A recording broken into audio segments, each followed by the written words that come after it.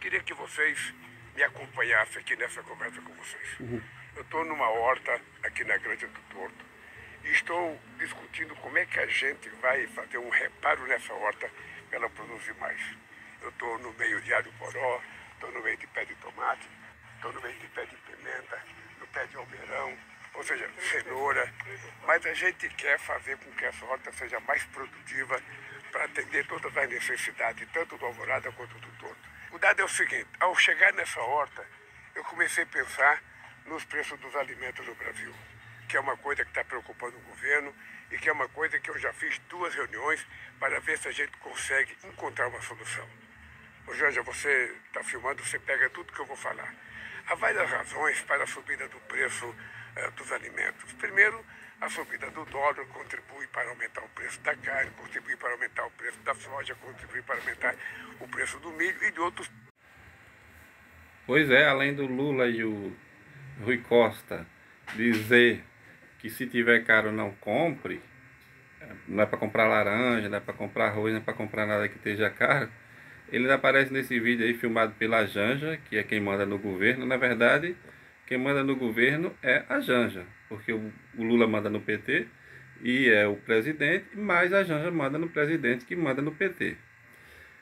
Ele vem mostrar uma horta, como quem diz assim, plante uma horta e tal para fazer o preço baratear, mas ele está fazendo o que prometeu pela agricultura familiar ou ele não tem coragem de encarar o agro?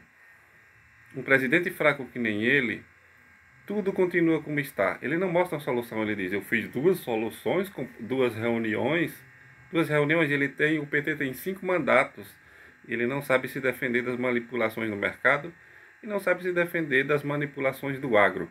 Esse era o momento de desmascarar o agro, que vende muita commodities para paraísos fiscais, na Ilhas Caimã, para não vender diretamente para os países, para não pagar imposto caro. E aí ele fala em problemas na safra, por causa do tempo, por causa do clima, isso e aquilo. A realidade é que se uma fazenda produzir 1 milhão de toneladas de alimentos, e o ano que vem produzir 2 milhões, eles não baixam. Não baixam. Agora, se a safra diminuir, eles aumentam o preço. Se o dólar subir, eles aumentam o preço. Mas se o dólar baixar, eles não baixam o preço. Eu vi um presidente de uma federação dizendo que o agro produz 1/4 da comida do mundo inteiro. Ou seja, daria para alimentar mais de 1,5 bilhão de pessoas. Mas aqui, com 200 milhões de brasileiros, tem milhões de pessoas passando fome porque a comida é cara. Porque o agro explora o Brasil. Não é o agro que carrega o Brasil nas costas. É o Brasil que carrega o agro nas costas. Eu vi um podcast e o Ricardo Salles, aquele que vendia madeira para os Estados Unidos ilegal e que o delegado da Polícia Federal denunciou, dizendo que as pessoas odeiam o agro porque a direita fica manipulando e por ignorância. Não é ignorância não. Há 500 anos o agro manipula a riqueza no Brasil, concentra a riqueza no Brasil. Muita gente que é descendente de imigrante, que chegou aqui com a mão na frente e outra atrás, enricou com a ajuda do Estado, hoje em dia diz, é menos Estado e mais iniciativa privada. Juntaram um monte de terra aí, tem milhões de hectares, ficaram milionários e manipulam os preços dos alimentos.